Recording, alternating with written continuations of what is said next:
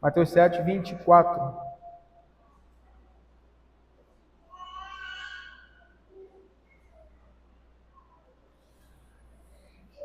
Vamos orar ao Senhor antes de fazermos a leitura. Feche seus olhos, curvem suas cabeças. Senhor bendito, Pai bondoso e santo, nós pedimos, ó Pai, que o Teu Espírito ilumine a nossa mente. Que o Teu Espírito abra o nosso entendimento, Senhor, para compreender as verdades eternas do Senhor. Somos, ó Deus, pequenos, somos fracos, necessitamos da ajuda do Seu Espírito nos conduzindo, Pai, na leitura, na compreensão da exposição da Tua Palavra. Livra-nos, ó Pai, das distrações, livra-nos, ó Deus, da nossa própria corrupção e fortalece, Deus, conduz o Teu povo no entendimento da Tua Palavra. Confiamos, ó Deus, na operação do Teu Espírito. Oramos assim gratos em nome de Cristo Jesus. Amém. Irmãos, nós chegamos agora ao final, concluindo então a exposição do Sermão do Monte. Essa aqui é o último trecho da aplicação final do Senhor Jesus, e o Sermão do Monte finalmente se conclui aqui. Vamos fazer a leitura dos versos 24 a 27. Diz assim a palavra do Senhor: Todo aquele, pois, que ouve estas minhas palavras e as pratica, será comparado a um homem prudente que edificou a sua casa sobre a rocha. E caiu a chuva, transbordaram os rios, sopraram os ventos e deram com ímpeto contra aquela casa, que não caiu, porque fora edificada sobre a rocha. E todo aquele que ouve estas minhas palavras e não as pratica será comparado a um homem insensato que edificou a sua casa sobre a areia. E caiu a chuva, transbordaram os rios, sopraram os ventos e deram com ímpeto contra aquela casa, e ela desabou, sendo grande a sua ruína. Os irmãos lembram, na nossa última exposição, nós fomos confrontados com a face mais dura e terrível do auto-engano. A hipocrisia inconsciente, né, que nós tratamos aqui na última exposição. Vimos que, embora muitas pessoas possam estar imersas na religião, no ativismo religioso, na ortodoxia verbal, que às vezes toca até a realidade externa da vida, clamando Senhor, Senhor, mas isso, na verdade, quando não está ancorado, não está sustentado sobre uma verdade, não está alicerçada ou alicerçado num fundamento sólido,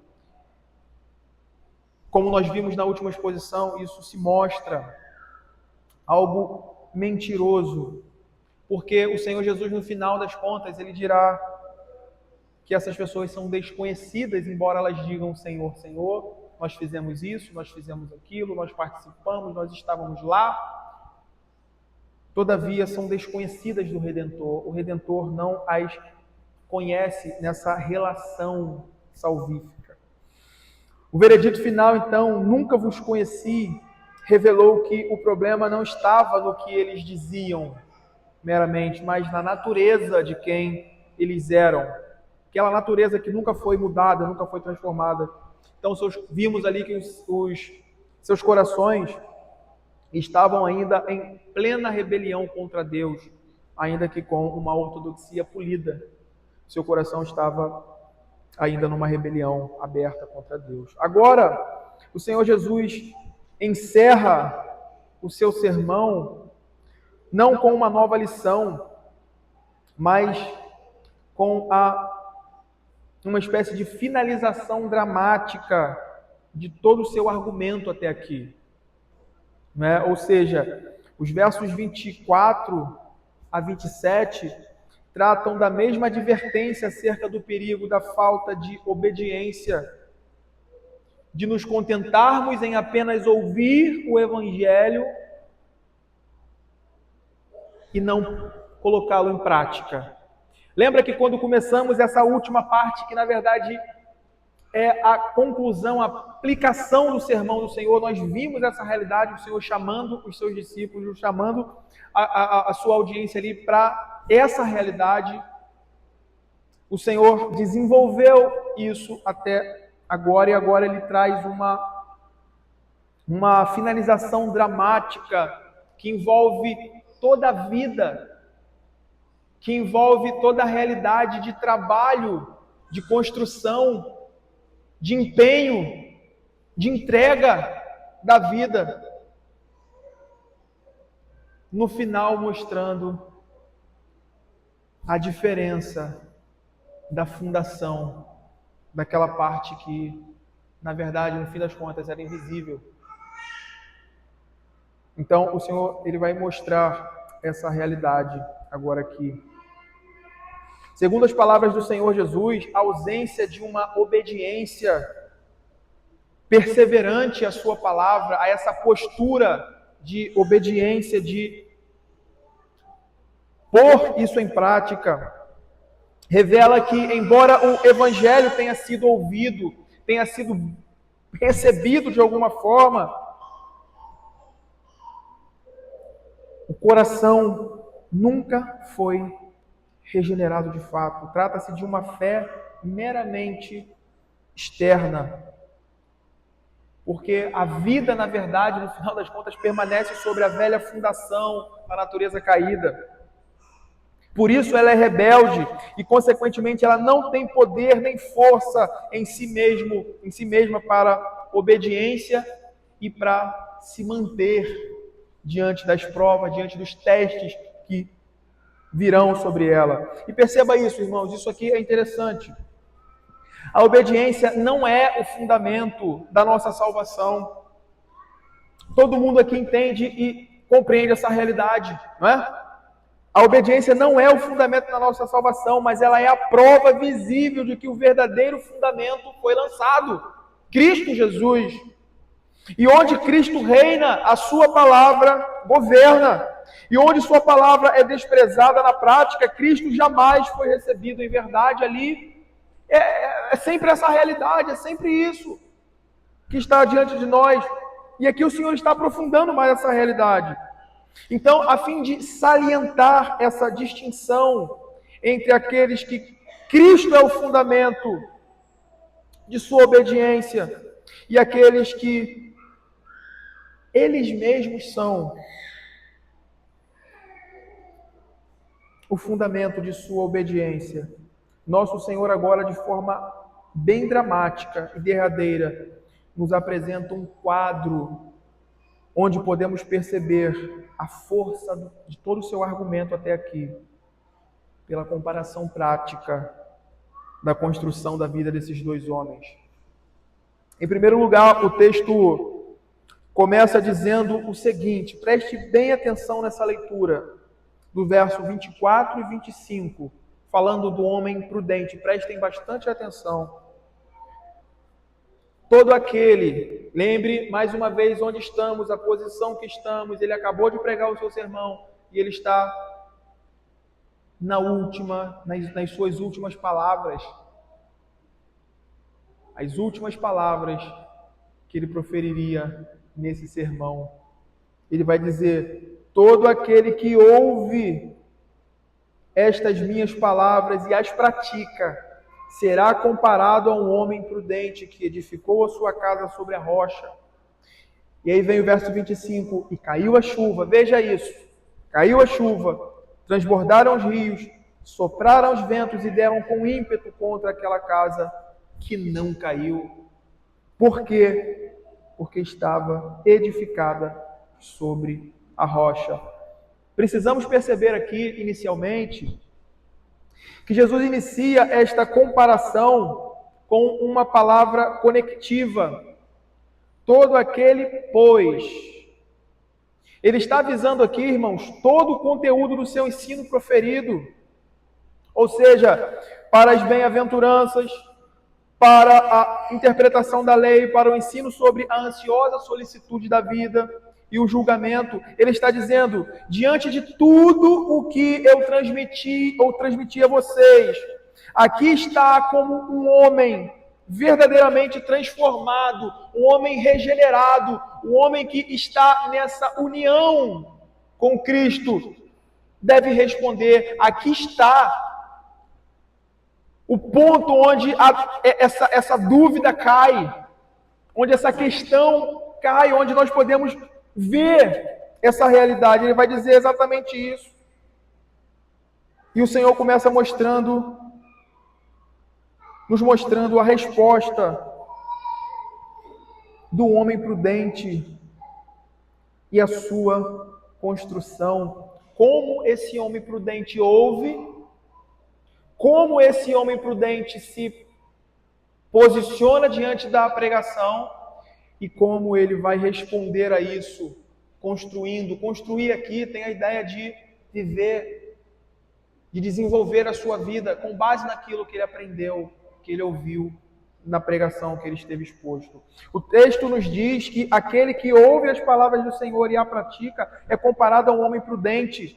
Prudente aqui não significa, irmãos, meramente aquela intelectualidade, aquela sagacidade comum que até os ímpios têm para os negócios desse mundo. Ele não está dizendo aqui que a prudência é isso. O termo aqui, ele não aponta para isso. Prudência aqui é algo escatológico. Ele tem um sentido escatológico. É uma perspectiva que vai além da mera existência aqui e agora. O homem prudente aqui é aquele que vive o agora, que constrói hoje, sob uma perspectiva futura e eterna, considerando tudo que o Senhor falou, toda a realidade de que existe um estado de bem-aventurança eterna e um estado de maldição e de sofrimento eterno. Tudo que ele constrói aqui está de acordo com essa realidade. Ele não constrói a vida baseada na aparência imediata, esse homem prudente, na ânsia dos resultados imediatos. Ele não espera usufruir instantaneamente da lavoura que ele está plantando. Ele é consciente disso, de que ele precisa seguir cada processo da sua caminhada. Então, ele leva toda a questão em consideração. É interessante porque a gente vai perceber exatamente esse tom aqui do homem prudente. Ele não nutre um otimismo descabido sobre a realidade da vida, a ponto de pensar nessa comparação que o Senhor dá aqui, ou nessa analogia que ele dá da casa, da tempestade, do clima, né? É interessante isso, porque o homem prudente, ele não é tolo, ele não é ingênuo, a ponto de pensar que o clima será sempre bom, que será sempre o céu azul, o sorriso no rosto, aquela coisa, né, agradável sempre, mas tudo o que ele constrói, tudo o que ele empreende para a sua vida é feito considerando a certeza inevitável da tempestade vindoura. Ele não segue, ele não cria um otimismo descabido na sua cabeça. Como algumas teologias aí colocam, né? Venha e tá tudo certo, que a coisa vai caminhar bem, a vida vai cheio de promessas falsas, vazias. Ele não nutre isso, um homem prudente. Seguindo a lógica, ou seguindo essa mesma lógica do texto paralelo de Lucas, veja que interessante, lá em Lucas 6, abre aí, Lucas 6, 48, o paralelo aí.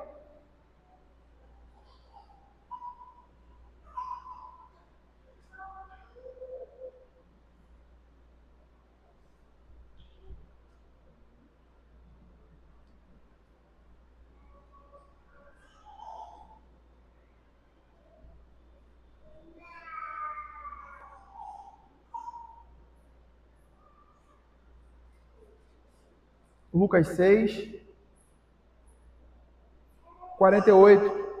Ele vai dizer que esse homem é semelhante ao homem que edificando uma casa, veja como o autor aqui, que Lucas vai colocar, ele cavou, abriu profunda vala e lançou os alicerces sobre a rocha.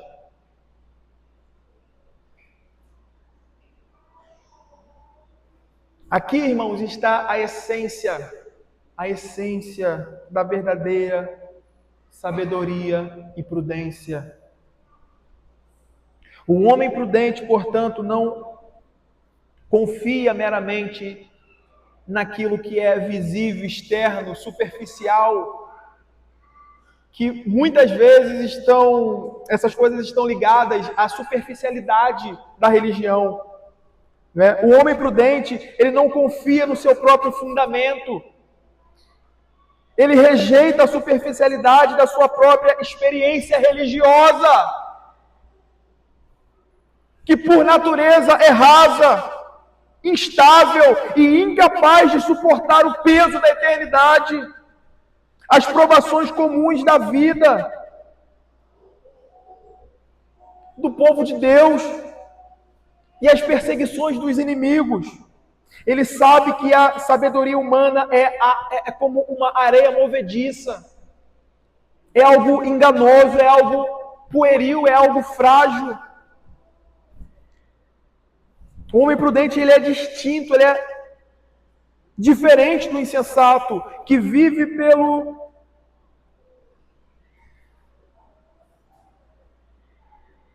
pela sua insensatez, iludindo-se, enganando-se, sendo enganado, né? E sendo enganado pelos outros. Seguindo uma espécie de um caminho precipitado.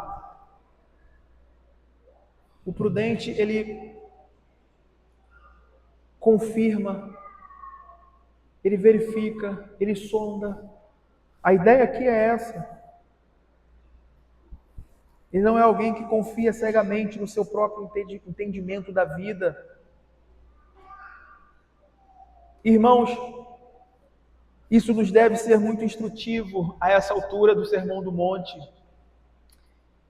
Nesse ponto derradeiro aqui, isso deve nos ser muito instrutivo, porque com base no perfil que o Senhor estabelece aqui, que as Escrituras dão sobre o homem prudente, nós podemos nos perguntar, ou olhar para o nosso próprio coração e ver se há os indícios dessa prudência. Nós podemos testar, averiguar, investigar o nosso coração com base nessa realidade estampada aqui do homem prudente, se essas marcas aqui são encontradas em nós ou não. Caso não, nós estamos no auto-engano. Nós estamos no auto-engano. Nós devemos nos questionar. Eu sou alguém fechado em meus próprios conceitos? Eu sou um homem ou uma mulher sábia aos meus próprios olhos, que basta aquilo que eu idealizo, basta aquilo que eu acredito que é certo, que é errado para mim? Eu sou alguém que acha que sabe o bastante para levar a vida cristã e não preciso da opinião de ninguém a meu respeito. Não preciso de conselhos, não preciso de instruções, não preciso de admoestações, não preciso de freio. Eu sou alguém que vive nessa bolha, nessa realidade ilusória de que eu me basto, de que a minha sabedoria é o suficiente, que a minha experiência religiosa, os meus 155 anos de igreja é o suficiente, eu sou assim.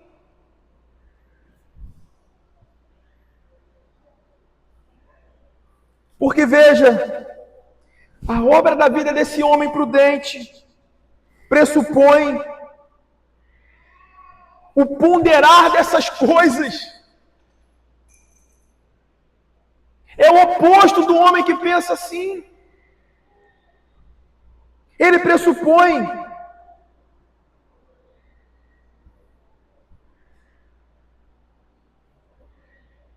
que o sólido fundamento da sabedoria de Cristo, revelado em sua palavra, na verdade, o homem prudente pressupõe o sólido fundamento da sabedoria de Cristo, revelado em sua palavra, de que ele vai ouvir essa palavra pela pregação e que ele estará no meio ordinariamente, no meio onde essa palavra é pregada e onde isso é testado. Os meios ordinários pelos quais a sabedoria é comunicada, nutrida e aplicada, a comunhão do corpo de Cristo.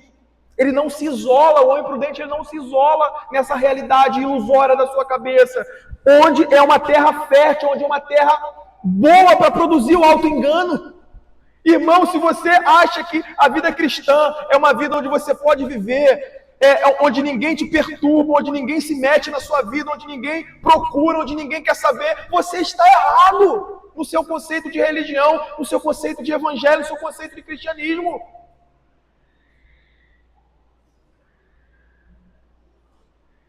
O pressuposto básico do homem prudente é aquele que, peraí, está todo mundo errado e eu estou certo, ou não? Pode haver um erro em meu coração.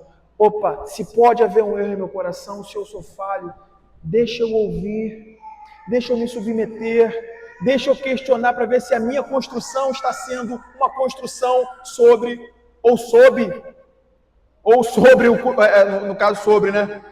fundamento dessa rocha eterna, ou se eu estou construindo ela sobre a minha própria fundação.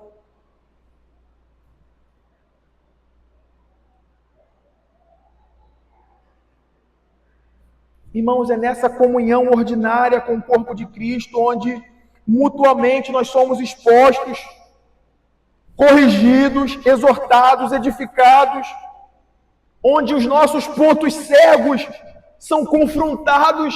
Você sabia que você tem ponto cego? Assim como eu, assim como qualquer ser humano tem, nós temos muitos pontos cegos na nossa vida. Quem dirige aí sabe do que eu estou falando, né? Nós temos muitos pontos cegos. Nós precisamos saber disso. Porque essa realidade aqui é exatamente onde esses pontos cegos serão tratados, serão vistos, serão comentados. Olha, tem um obstáculo aqui. Onde a nossa autoconfiança é mortificada e onde aprendemos em amor a submeter não apenas os nossos pecados mais evidentes, mas também também nossas convicções, decisões e percepções internas ao crivo da palavra de Deus. Assim, meus irmãos, a prudência espiritual se manifesta na disposição humilde de ser ensinado. Saiba disso. Na abertura para a disciplina graciosa, no apreço pelo conselho piedoso e na submissão ao cuidado pastoral que Deus estabeleceu sobre a sua igreja. Como nos ensina as Escrituras, né? As Escrituras lá em Provérbios 11, 14 vai dizer: não havendo sábia direção, cai o povo, mas na multidão de conselheiros há segurança. Eu vou repetir: não havendo sábia direção, cai o povo, mas na multidão de conselheiros há segurança. Martin Lloyd-Jones parece perceber exatamente essa realidade que o Senhor está ali desenhando ou descrevendo com esse quadro dos dois homens, das suas construções e do teste que virá. Quando ele, seu estudo do Sermão do Monte, ele descreve essa postura do homem prudente, sendo impulsionado por esse desejo profundo de construir uma casa que seja durável. Ele vai reconhecer as suas limitações. É interessante a percepção que o Lloyd Jones tem aqui. Veja o que ele diz. Ele vai falar assim, portanto, ele começa comentando: não sei muito bem a respeito disso e nem sou um especialista quanto a essas questões. Portanto, o bom senso dita que eu deveria consultar pessoas bem informadas a esse respeito. Respeito da construção, né? Quero dispor de bons planos e especificações e quero receber orientações e instruções. Sei que os homens podem construir casas grandes, em grande rapidez, mas prefiro uma casa que seja duradoura. Muitas coisas poderão acontecer, olha a percepção, muitas coisas podem acontecer que submeterão a um verdadeiro teste as minhas ideias de construção de casas. O homem prudente é esse homem. Eu falo, não, eu sei o que eu sei, já dá para construir e eu estarei seguro dentro dessa casa. A minha vida será bem dirigida, bem guardada dentro dessa casa. Não, é alguém que pesquisa, que procura. Irmãos, agora veja bem, se tratando das nossas almas, muito mais diligência devemos aplicar na forma como edificamos a nossa vida de fé. Como nós estruturamos nossas convicções e submetemos nossa vida ao senhorio de Cristo, muito mais diligência.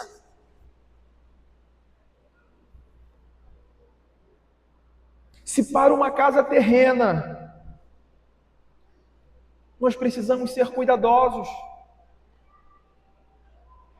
nós precisamos investigar, nós precisamos cavar fundo, cautelosos, criteriosos, quanto mais para aquilo que suportará não apenas as intempéries do tempo, mas o peso da eternidade, o fogo das provações e o dia do juízo de Deus. Portanto, a pergunta que emana, a pergunta que o texto nos impõe aqui, é inevitável. Nós, como igreja, nós temos ou estamos edificando algo realmente durável? Temos nos certificado sobre qual fundamento está a nossa construção? Ou apenas estamos construindo algo para impressionar? Ou porque todo mundo está construindo? Ou porque eu estou no ambiente que está todo mundo construindo, então eu vou construir também? Sem nos certificarmos que estamos na rocha. Meus irmãos, é isso que acontece. Esse é o quadro que o Senhor Jesus nos mostra aqui, dessas duas realidades. Por que isso é importante aqui? Porque somente aquilo que foi edificado sobre Cristo permanecerá. Nada mais permanecerá. Por mais bela que tenha sido a sua vida religiosa, por mais frutífera que tenha sido a sua vida religiosa, associado à Igreja Visível de Cristo, se ela não foi construída sobre essa rocha, se ela não tiver o fundamento em Cristo, nós perdemos o nosso tempo, nós nos enganamos. E essa casa irá à ruína. Irá à ruína. Em segundo lugar, o texto nos fornece mais um elemento comparativo dentro desse quadro final aí, desse alerta do Senhor, que é o homem insensato, o homem tolo, o homem que se auto-engana e a sua construção.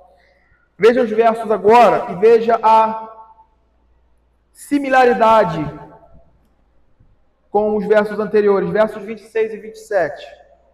E todo aquele que ouve estas minhas palavras e não as pratica, será comparado a um homem insensato, que edificou a sua casa sobre a areia, e caiu a chuva, transbordaram os rios, sopraram os ventos e deram com ímpeto contra aquela casa, e ela desabou, sendo grande a sua ruína. Mais uma vez, a gente pode notar aqui o elemento de sutileza do auto-engano. Não é uma coisa assim, mas existe esse elemento de sutileza. Note aí que o Senhor não compara o construtor prudente com um destruidor. Ele não compara o homem sábio que edifica uma casa, que se preocupa com a fundação, com o homem que despreza a ideia de ter um lar, de ter uma casa, de construir. Ele não compara essas duas realidades. Externamente, aí está o elemento de sutileza. Externamente, ambos estão engajados na mesma atividade da construção espiritual. Eles têm a mesma preocupação. Eles partem das mesmas ideias. É justamente esse elemento que torna o engano tão sutil. Porque, meus irmãos, se você reparar bem aí no texto, as palavras do nosso Senhor Jesus, empregadas nesse quadro, nas duas comparações, ambos tinham o mesmo intento de construir uma boa casa. Os dois homens, o sábio e o tolo, eles estavam envolvidos exatamente na mesma ocupação. Por quê? Lembra do que a gente falou semana passada? Que mesmo um homem não regenerado, que tem esse esclarecimento lógico da razão, por meio desse contato com a igreja visível de Cristo, sua mente é iluminada. Lembra disso?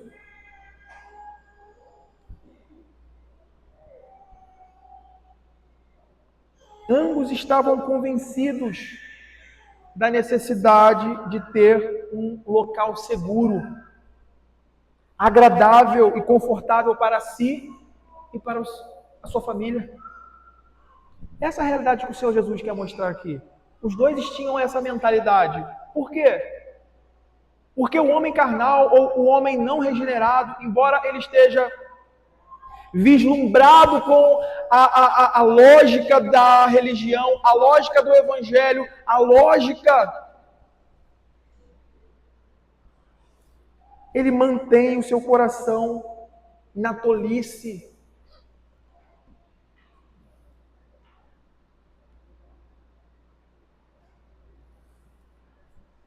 Se a gente perceber aqui toda a construção que o Senhor faz aqui, nos leva a entender que os dois homens comungam do mesmo ambiente.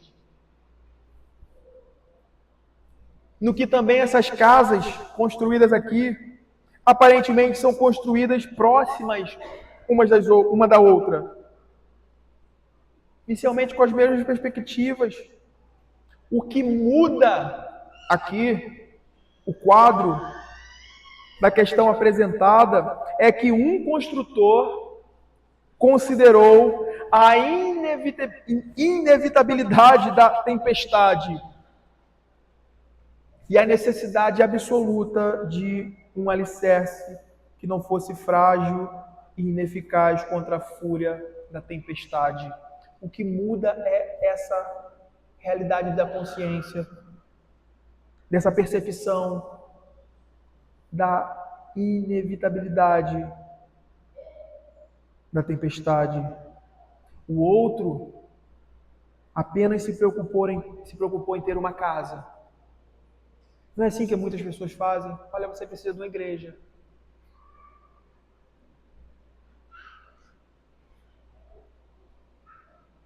É verdade. Verdade. Até certo ponto.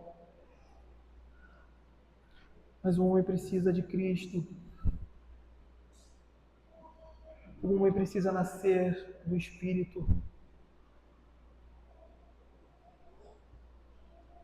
Ele precisa nascer de novo. Ele precisa ter o seu coração transformado. E nenhum ato meramente da religião externo pode fazer isso, meus irmãos, no coração do homem.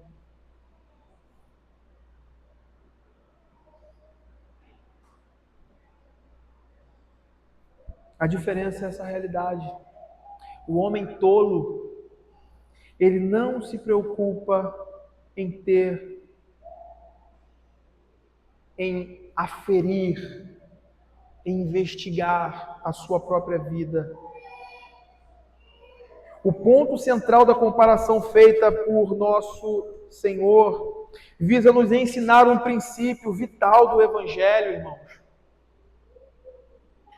O primeiro construtor é o homem que ouviu as palavras do Senhor. Esse é o ponto aqui. O homem prudente é aquele que ouviu as palavras do Senhor e enxergou a sua própria miséria, a fragilidade da sua força e a eficácia, ou melhor, a ineficácia do mundo suprir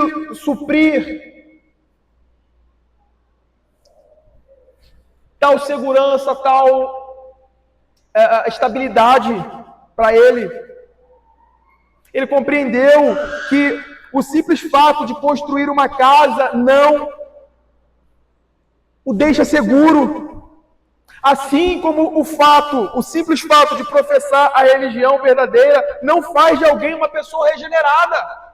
A lógica, o princípio aqui é esse. Por isso, ele não confiou na casa em si, nem na obra por si mesmo. A analogia que o Senhor emprega aqui tem esse propósito de nos mostrar que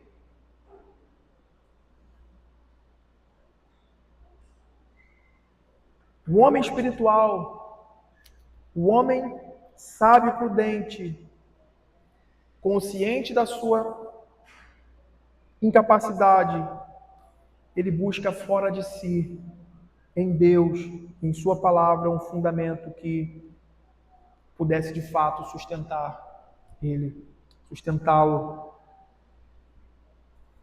nos dias difíceis e também nos dias bons. Só que o segundo homem, que é o ponto aqui dessa última parte, o segundo homem, o homem tolo, ele não se vê, ele não se enxerga como realmente é. Ele reconhece sim a necessidade de construir uma casa, de ter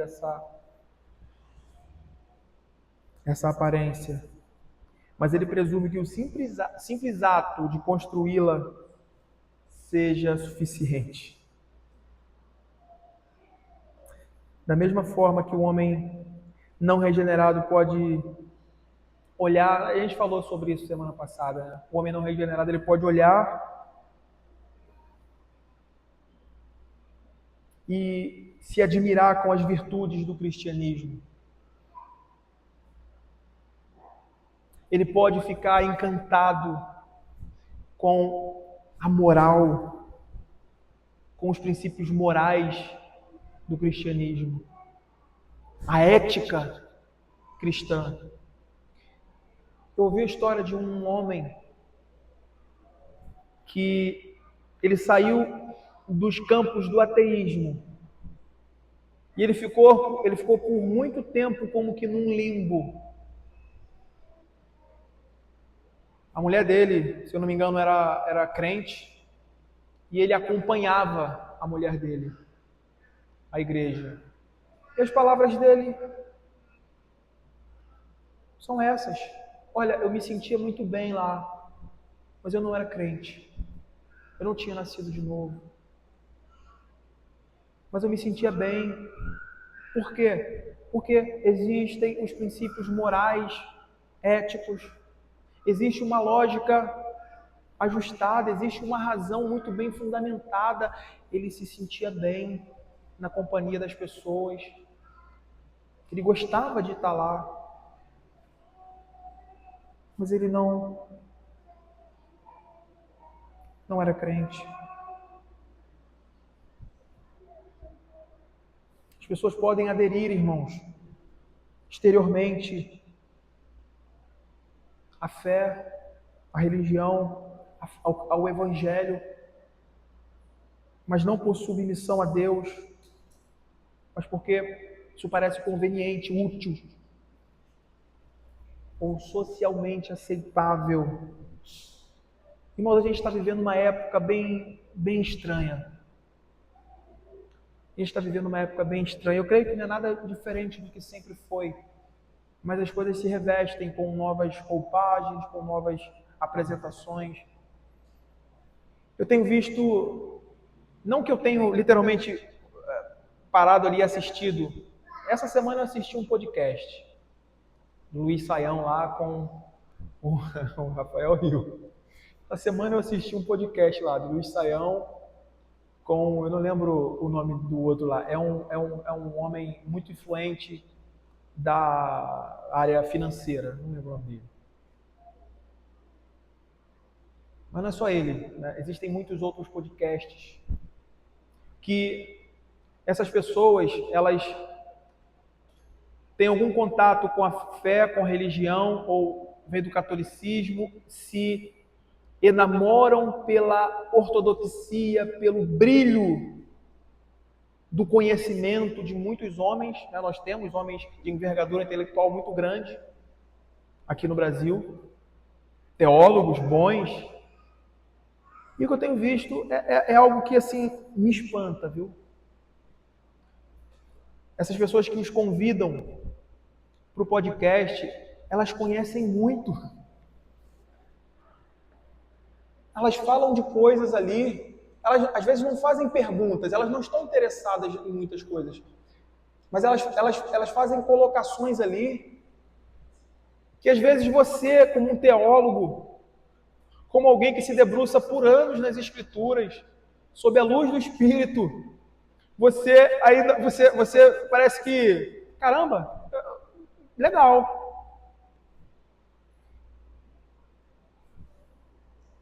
Eu tenho notado essa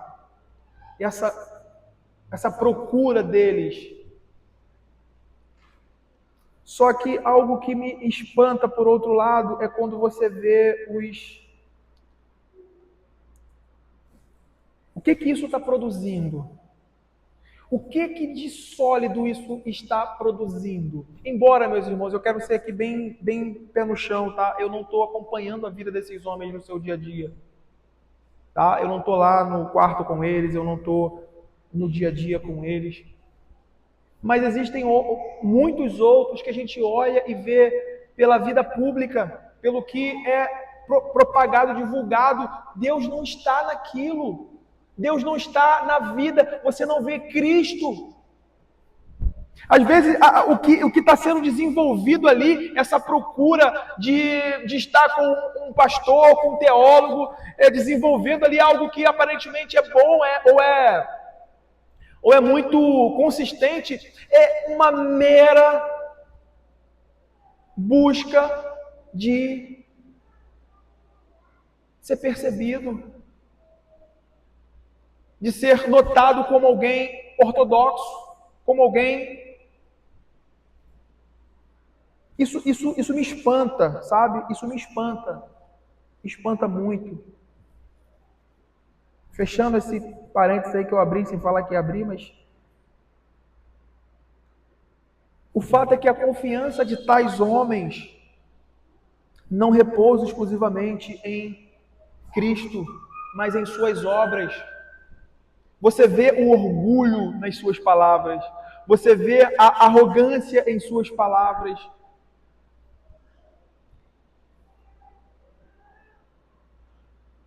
E é exatamente esse ponto aqui que o Senhor está mostrando, de que a paz do tolo reside naquilo que ele faz. A paz do homem insensato repousa sobre as suas próprias mãos, sobre o seu intelecto, sobre a sua capacidade de articular o que é bom, o que é certo, o que é louvável. Por isso o texto bíblico os descreve como insensatos, como tolos, porque isso é pueril se não estiver em Cristo.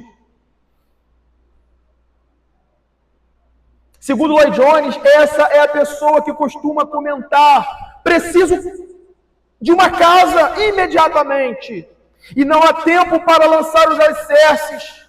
O insensato, pois, é exatamente esse homem apressado, vive sempre com pressa, ele não tem tempo para ouvir, ele não tem tempo para instrução, ele não tem tempo para se assentar, ele não tem tempo para nada do que diz respeito a averiguar, a sondar, a questionar se o solo onde ele está lançando todo o seu conhecimento, toda a sua base, toda a sua esperança está em Cristo ou não.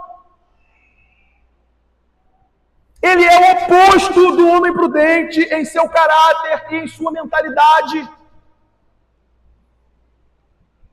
Porque, diferente do homem prudente, ele é esse homem impaciente, que despreza a instrução, que despreza o ensino.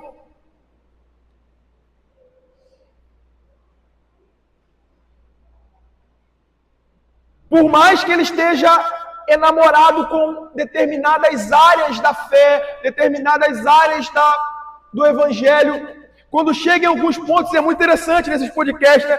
Quando chega em algum momento que o cara está ali, o teólogo está ali, o pastor está ali, ele toca na ferida, que ele vai falar assim: não, o problema disso não é a cultura, não é, o problema disso é o pecado, é o homem que se rebelou contra Deus. Aí eles mudam de assunto.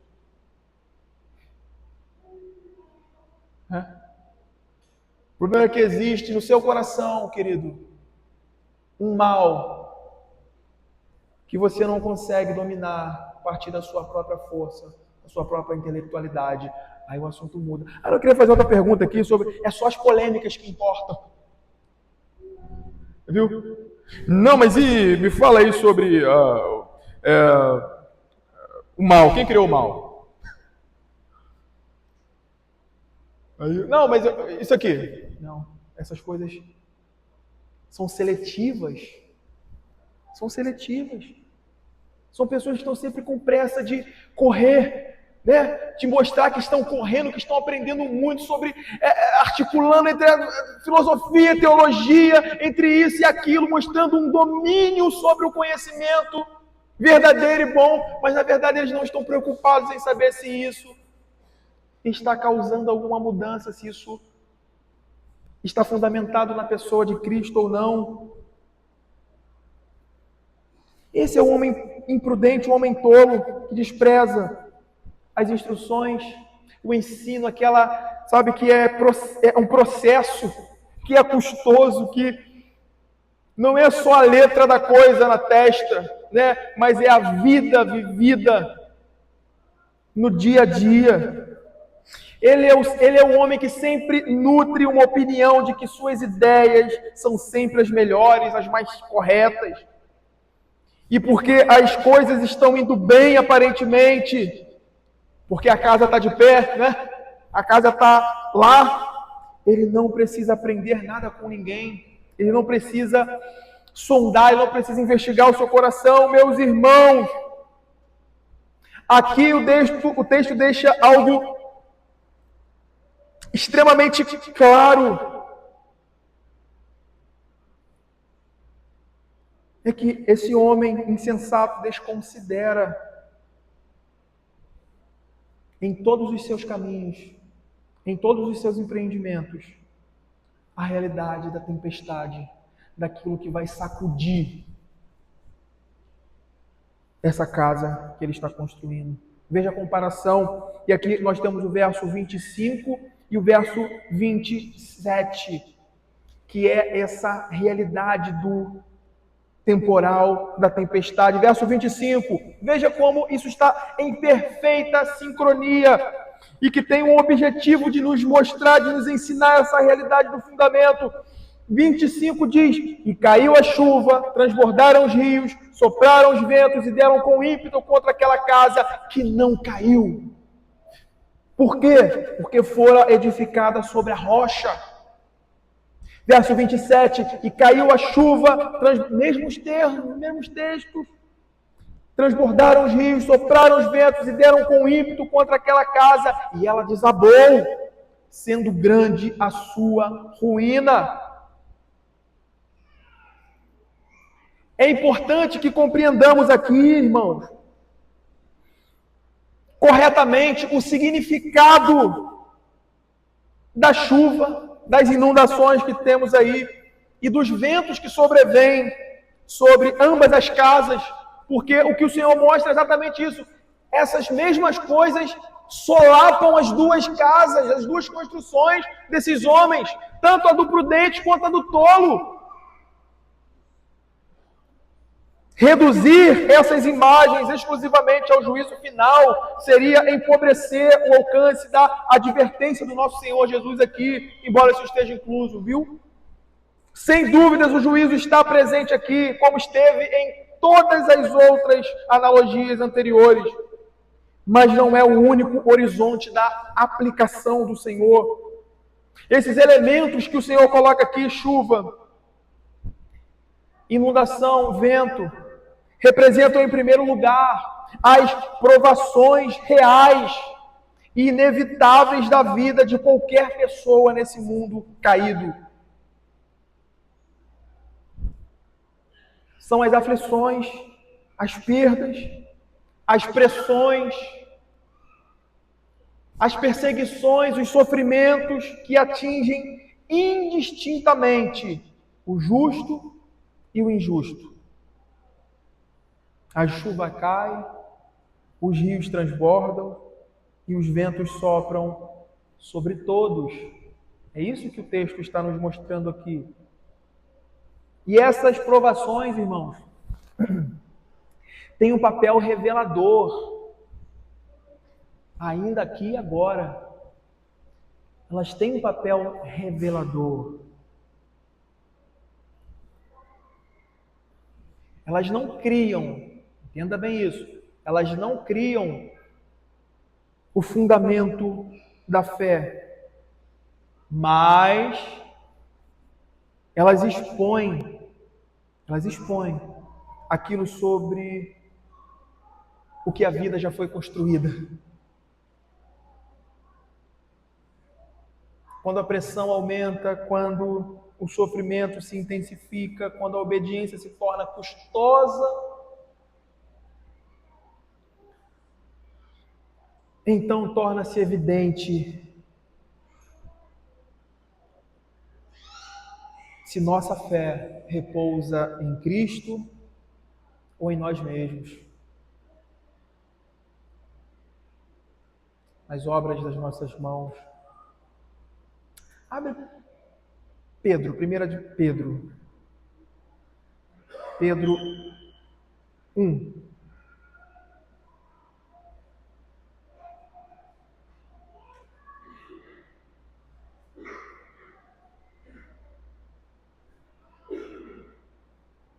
É na hora dessas tempestades que aqui, ainda agora, nesse tempo, enquanto caminhamos, isso já mostra esse fundamento onde está.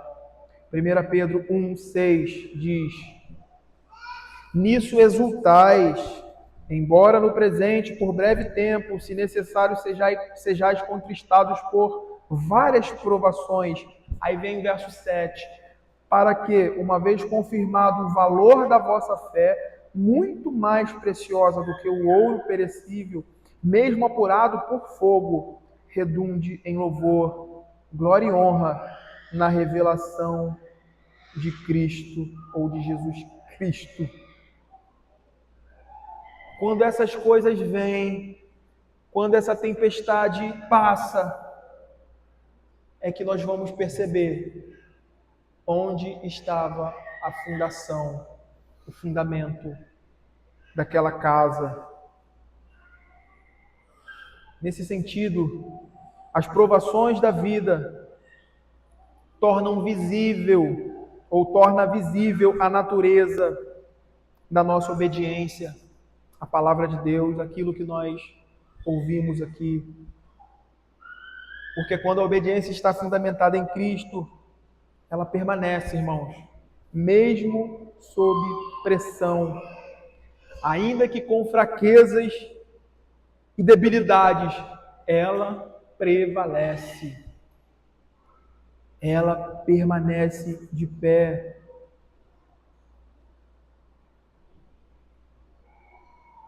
Quando, porém, a obediência está baseada na justiça própria, na própria mão, ela se desfaz assim que deixa de ser vantajosa ou confortável. Aquilo que não está firmemente estabelecido, meu amigo, na palavra de Cristo, não consegue sustentar a vida quando confrontado pelas exigências reais da fé. Existe um último elemento aqui que ainda está dentro desse escopo, dessas coisas que nos provam ainda aqui e agora, que é o momento da nossa morte, que é a hora da morte, que cada um aqui, sem exceção, irá passar. A diferença é que nós não sabemos como isso vai acontecer. Alguns vão dormindo, né? Eu quero dizer com isso é que não sentem dor, não agonizam, não experimentam a angústia, o sofrimento estendido por dias, meses, anos, até que então se vá.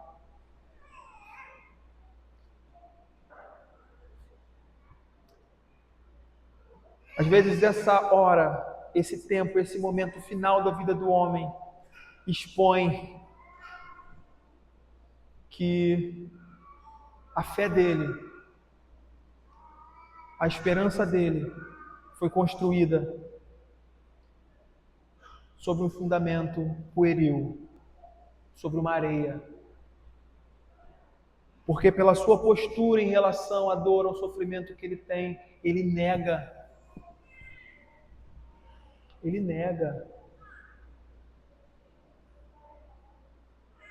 a fé, a providência de Deus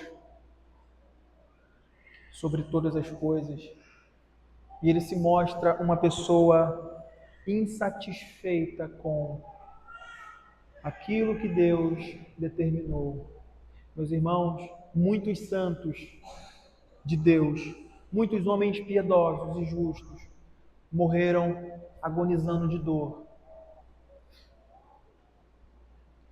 E nessas horas, a fé deles mostrou onde estava fundamentada, que era na rocha de Cristo, que é Cristo. Como os mártires partiram desse mundo, meus irmãos. Como os mártires saíram dessa realidade e adentraram as regiões onde eles estavam diante de Cristo, numa alegria, foi com dor, sofrimento, uns com espada, outros com fogo, outros sendo comidos por leões. Eles estavam mostrando e demonstrando, dando testemunho de que o fundamento da sua vida não estava sobre a areia. A tempestade veio e mostrou que a casa deles não caíram. E não foi grande a sua ruína, mesmo tendo seu corpo sido dilacerado, eles tinham uma casa eterna, construída em Cristo para abrigá-los.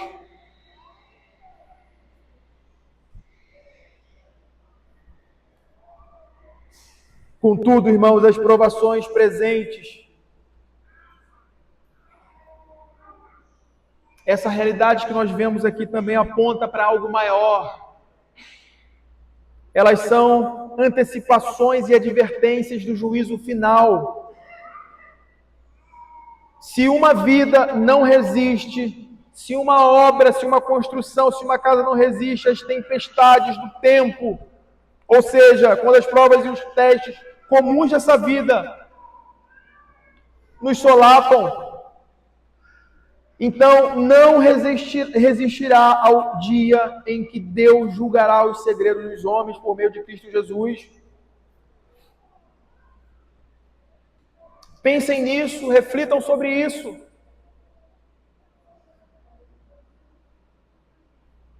Irmãos, que palavras proveitosas do nosso Senhor aqui ao finalizar o seu sermão. Como elas podem ser úteis para despertar-nos de nossa indolência, de nosso sono. Porque o maior desastre que pode acontecer ao findar da vida de um homem aqui nesse mundo, é ele perceber que ele não estava preparado pelo que vem pela frente. Ele não construiu a sua casa sobre um alicerce que durará para a eternidade.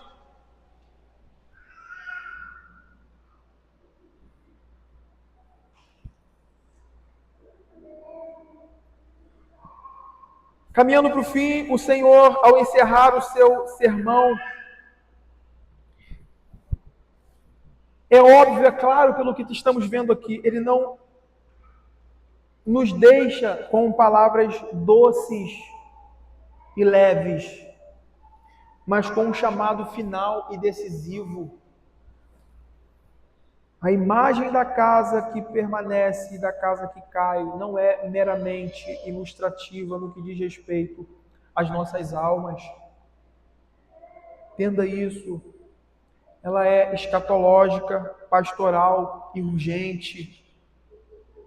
Cristo nos conduz deliberadamente à realidade do dia do juízo, onde toda aparência, onde toda máscara será removida e somente aquilo que foi verdadeiramente edificado sobre ele permanecerá. Irmãos, todos aqui, sem exceção, construímos uma casa. Todos. Se você está aqui ouvindo esse sermão, de alguma forma ou de outra, você está associado ao corpo de Cristo.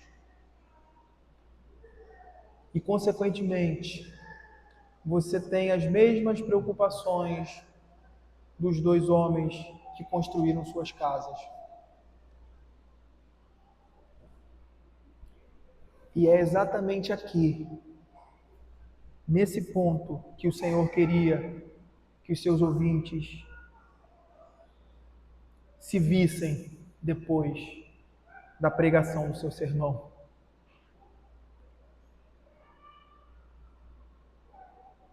Então, se vejam agora diante dessas palavras de Cristo.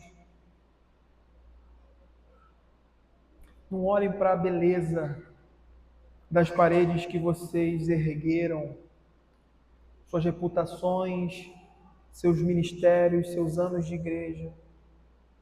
Olhem e considerem o alicerce e perguntem-se: ele pode resistir à tempestade?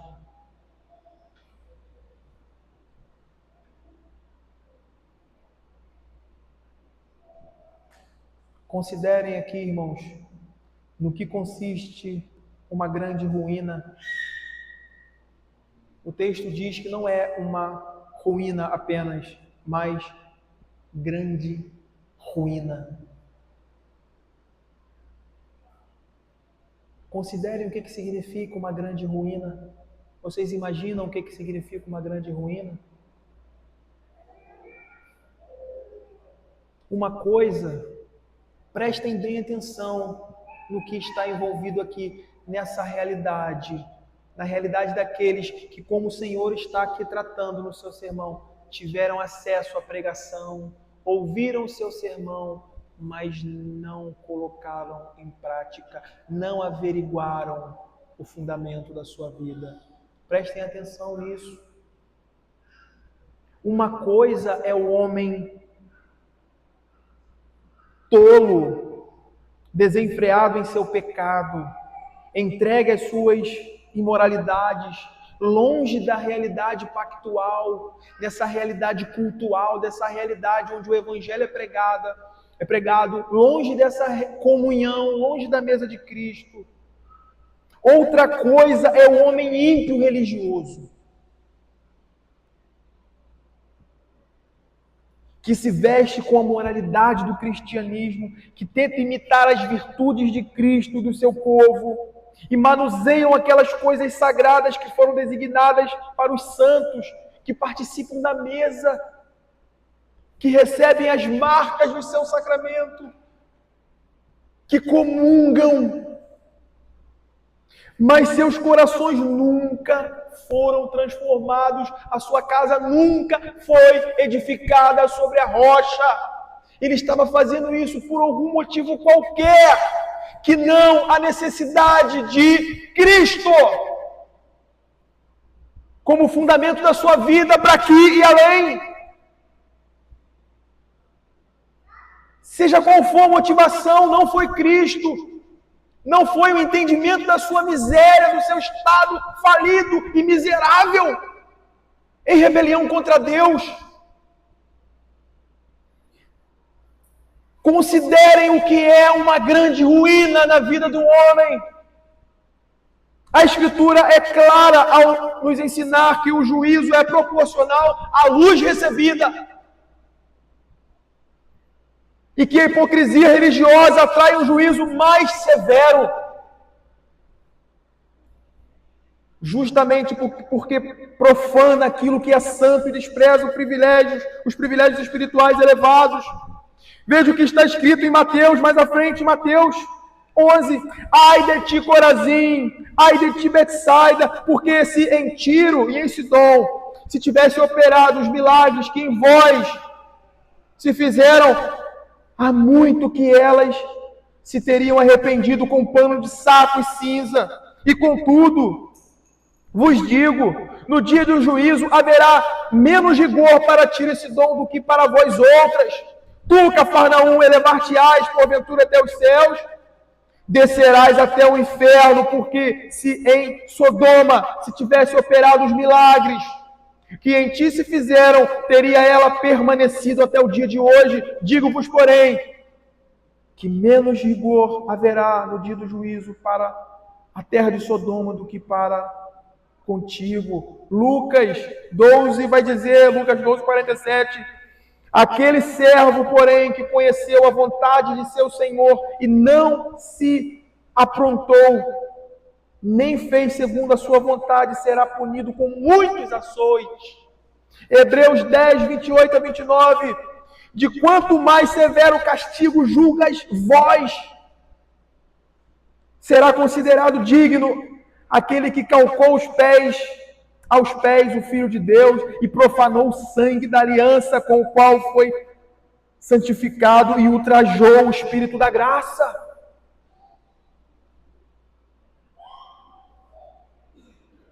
Isso consiste em uma grande ruína. O homem religioso, aqueles que estão envolvidos nas coisas santas de Deus, mas que a sua vida foi construída sobre um falso fundamento, sobre areia. O juízo final será o teste supremo. A tempestade última diante da qual nenhuma obra humana, nenhum sentimento religioso, nenhuma experiência emocional subsistirá. Naquele dia, irmãos, não será perguntado o quanto você fez, o quanto você disse, Senhor, Senhor.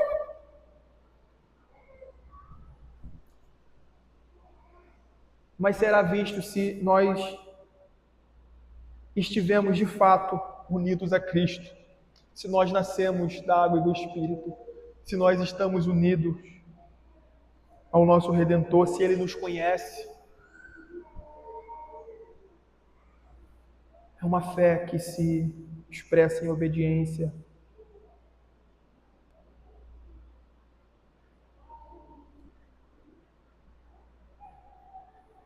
Mas, meus irmãos, esse texto ele não foi dado apenas para nos provocar esse senso, para nos alarmar com relação a essa necessidade que temos de investigar o nosso coração. Ele também foi dado para consolar e fortalecer os verdadeiros crentes. Eu sei que há muitos aqui que, ao ouvirem tais advertências, podem tremer, não por serem hipócritas, mas por conhecerem a fraqueza da própria carne, por conhecerem a fragilidade da própria carne. Nós olhamos para as nossas imperfeições, para a nossa obediência e a vemos imperfeita. Olhamos para as nossas construções, para as nossas casas e vemos falhas. Irmãos, o consolo do Evangelho não é que construímos uma casa perfeita. Saiba disso, crente. O consolo do Evangelho não é que construímos uma casa perfeita, mas que construímos sobre a rocha eterna. A nossa segurança não está na força das paredes que erguemos, irmãos.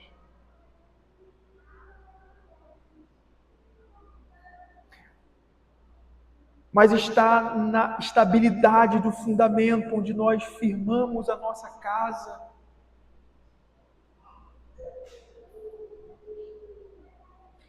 Nós temos da parte de Deus a segurança de saber que em Cristo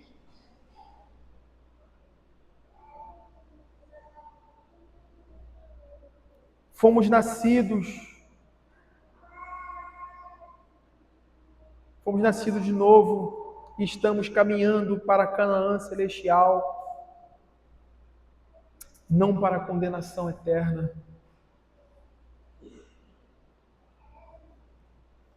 Testem o coração de vocês nessas verdades, irmãos.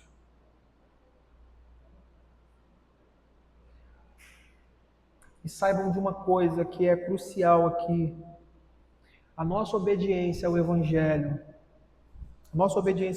não é um mero cumprimento de regras. É evidência de um relacionamento de amor com o nosso Cristo. Quem diz Senhor, Senhor, está alegando amar ao Senhor.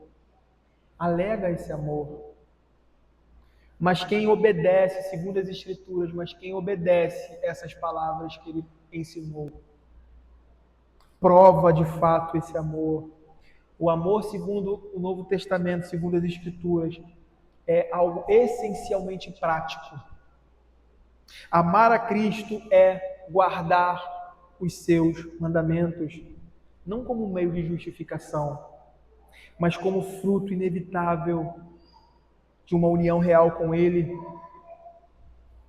Onde há amor verdadeiro, há obediência sincera, ainda que imperfeita, viu? Ainda que imperfeita, ela estará lá. Eu encerro esse sermão citando o texto de João 14, 21. Pode abrir, igreja. João 14, 21.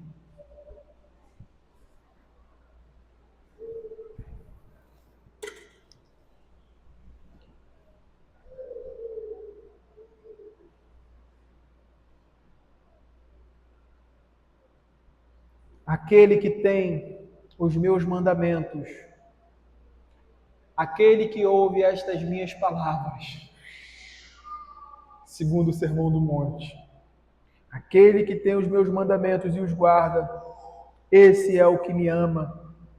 E aquele que me ama será amado por meu Pai, e eu também o amarei e me manifestarei a ele. Que o Senhor nos dê, irmãos, essa direção e percepção da nossa vida cristã aqui nesse mundo, hoje, agora, como a palavra do Senhor nos orienta. Vamos orar. Pai Santo, nós te agradecemos, ó Deus, pela tua palavra.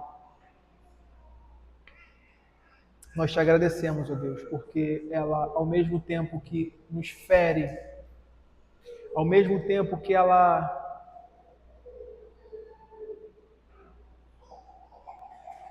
nos toca de tal forma que nos vemos despidos e sem qualquer expectativa, sem qualquer esperança em nós mesmos, ela nos aponta para Cristo. Ao mesmo tempo que ela nos põe em desespero, ela nos consola, nos mostrando, ó Pai, a pessoa do seu Filho, Cristo Jesus. Senhor, que nós possamos, ó Pai, viver essa caminhada cristã na construção das nossas casas, das nossas vidas, conscientes dessas realidades, a fim de não nos assemelharmos, não nos